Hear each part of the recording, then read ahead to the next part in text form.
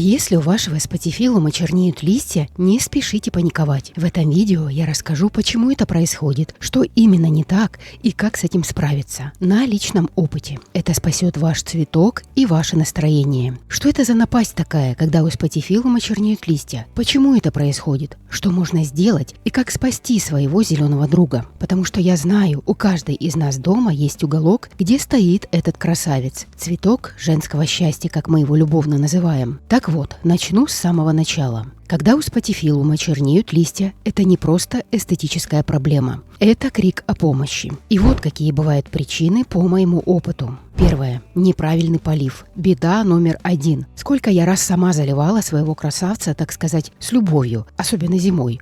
Думаю, пусть попьет бедненький. А он в это время в полусне, и корни у него просто не справляются с лишней влагой.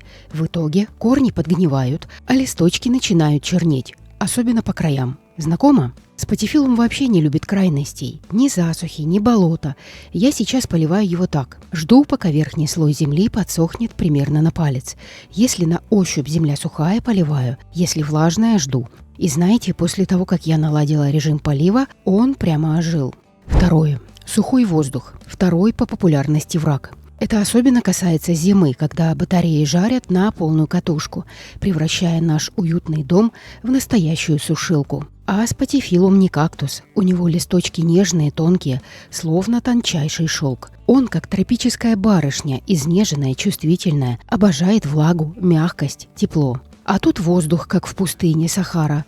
Влага испаряется моментально, и листики у бедняги начинают страдать. Сначала чуть подсыхают кончики, потом темнеют края, и вот уже по всей длине идет черная кайма, словно ожог. Это не просто некрасиво, это боль растения, которую мы обязаны заметить и понять. Сейчас у меня рядом с горшком стоит широкое блюдце, в которое я насыпаю керамзит и наливаю воду. Так создается локальный оазис, который помогает повысить влажность вокруг растения. Очень удобно, вода испаряется постепенно, и воздух рядом с цветком становится мягче, приятнее для его нежных листочков. А еще я регулярно опрыскиваю листья, особенно днем, когда в комнате тепло, стараясь попасть именно на обратную сторону листа, где у растений располагаются устица.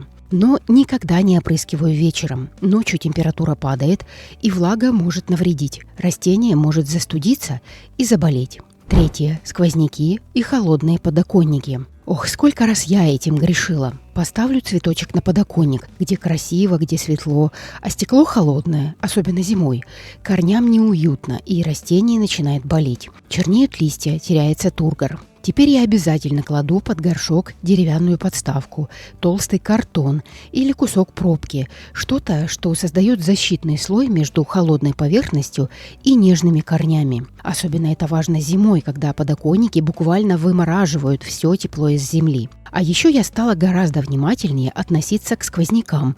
Даже если растение стоит в красивом светлом месте, если там дует, ему будет плохо. Сейчас я избегаю размещения спатифилума вблизи окон, которые часто открываю, или возле форточек. Лучше чуть меньше света, чем постоянный холод и стресс для растения. Четвертое. Проблемы с питанием. Да-да, если чернеют листья, возможно, цветочку чего-то не хватает.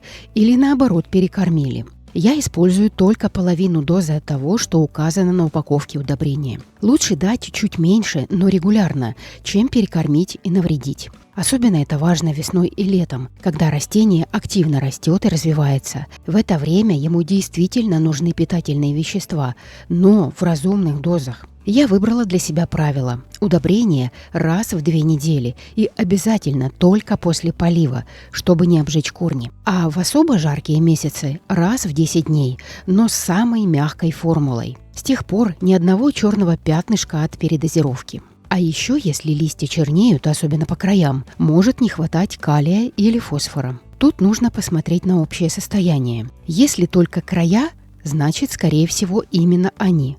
В таких случаях я применяю мягкие комплексные удобрения с акцентом на калий и фосфор, такие как удобрения для декоративно-лиственных от Бонафорте, Пакон или Этисса. Они хорошо сбалансированы и не обжигают корни.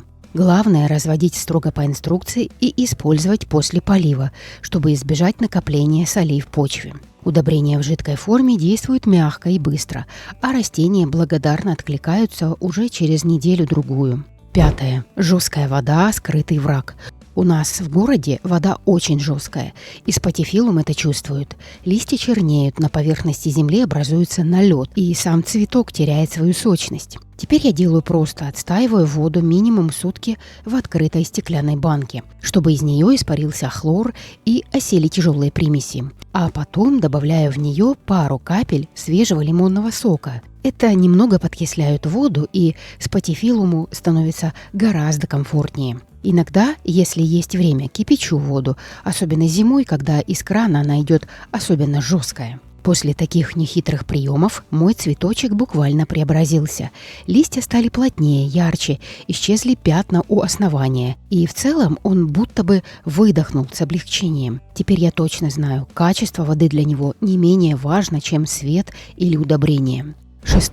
Болезни и вредители. Если вы перепробовали все, а листья все равно чернеют, проверьте, нет ли щитовки или паутинного клеща. Бывает, что лист начинает чернеть с кончика, потом весь, или появляются темные пятна. Я начинаю с самого простого и безопасного – мыльного раствора. Беру примерно 1 столовую ложку натертого на терке хозяйственного мыла или 1 чайную ложку жидкого зеленого мыла на 1 литр теплой воды. Раствор тщательно перемешиваю, пока не получится однородная жидкость без комков. Затем беру мягкую губку или ватный диск и аккуратно протираю листья с обеих сторон, особенно тщательно с обратной, где чаще всего прячутся вредители. Это помогает смыть щитовку и клеща, если они только начали появляться. Но если ситуация запущенная, то я беру инсектицид. Выбираю только те, что безопасны для применения в жилых помещениях. Особенно хорошо себя показали средства на основе масла нима или биопрепараты вроде фитоверма. Обрабатываю обязательно по инструкции, в хорошо проветриваемом помещении, и при необходимости повторяю через 5-7 дней. И главное, сразу изолирую больное растение от других, чтобы не рисковать. Иногда ставлю его в ванную комнату на период лечения. Там тепло, влажно и удобно ухаживать. 7. Старые листья тоже чернеют. И это абсолютно нормально. У каждого растения, как и у нас с вами, есть свой жизненный цикл. Старенькие листочки отмирают, и в этом нет ничего страшного. Наоборот, это значит, что растение обновляется, дает жизнь новым листьям, готовым впитывать свет и радовать глаз. Главное следить, чтобы это чернение не переходило на молодые листья, не распространялось по всей кроне. Тогда это просто естественный процесс, а не сигнал бедствия. Теперь самое важное.